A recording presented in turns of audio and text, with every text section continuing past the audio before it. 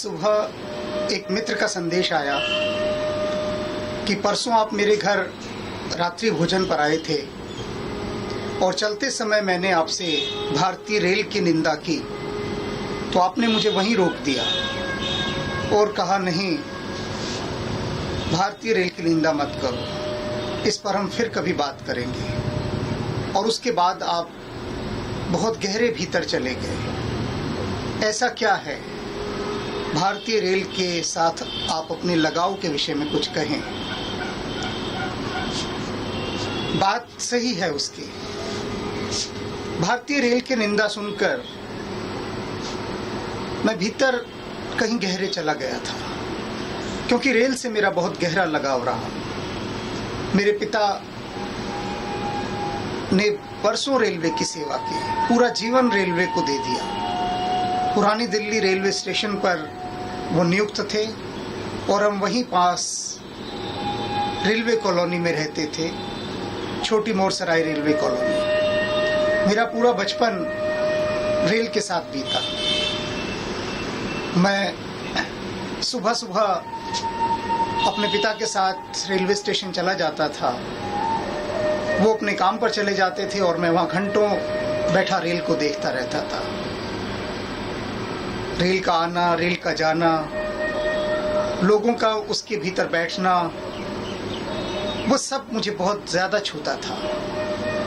पास में ही लोको का service station था जहाँ रेल के इंजनों की मरम्मत होती थी।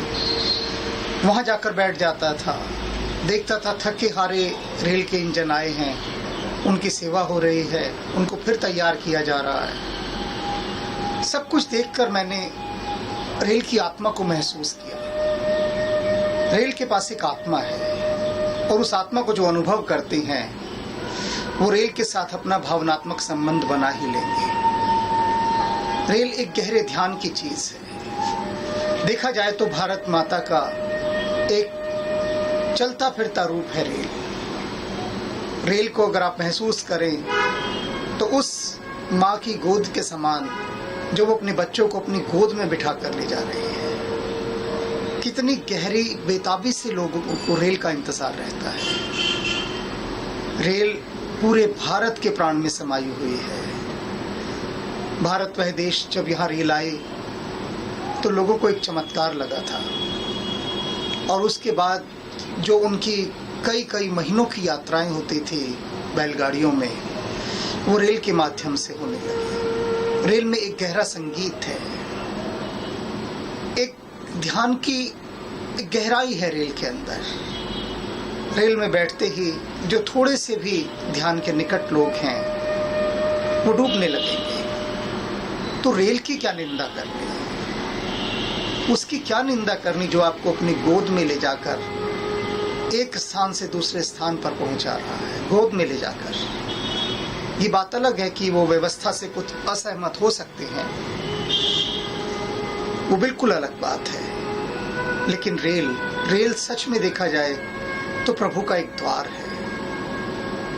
मैं लोगों से कहता हूं कि जब आप किसी भी उपासना स्थल को देखते हैं तो हाथ जोड़ देते हैं। मंदिर से आगे निकले तो हाथ जोड़ दिया। रेलवे स्टेशन के आगे से भी जब निकले तो उसे प्रणाम करें। बात थोड़ी अजीब लगेगी, बेबूझ लगेगी, लेकिन बात राज की है। मैंने देखा अपने बचपन में कि मेरे पिता जब रेलवे स्टेशन पर जाते थे तो रेलवे स्टेशन को देखते ही दूर से प्रणाम करते थे और मुझे भी कहते थे कि रेल को, रेलवे स्टेशन को, इनको नमस्कार किया करो। तब मुझे नहीं मालूम था क्या था, पर मैं रेल को नमस्कार करता था और मेरे भीतर कुछ घटता था। रेल जैसे मेरे साथ जुड़ने लगी। यह बात अलग है कि जीवन ने दिशा को दूसरी ओर मोड़ दिया, लेखक बन गया, ध्यान की यात्रा में निकल गया। पिता तो चाहते थे कि मैं रेलवे की सेवा करूं, लेकिन रेल के प्रति लोगों के मन में भावनाएं जगाकर, सम्मान जगाकर, रेल के प्रति एक उपासना का भाव जगाकर मैं इस रूप में सेवा कर रहा हूं रेल की। आपसे भी ये निवेदन है कि करके देखें।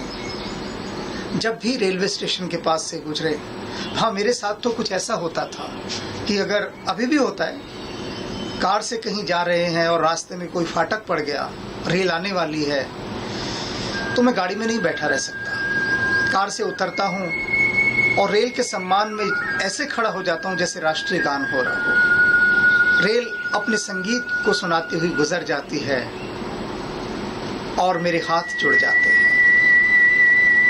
आपको ध्यान की एक छोटी सी विधि बता रहा हूँ।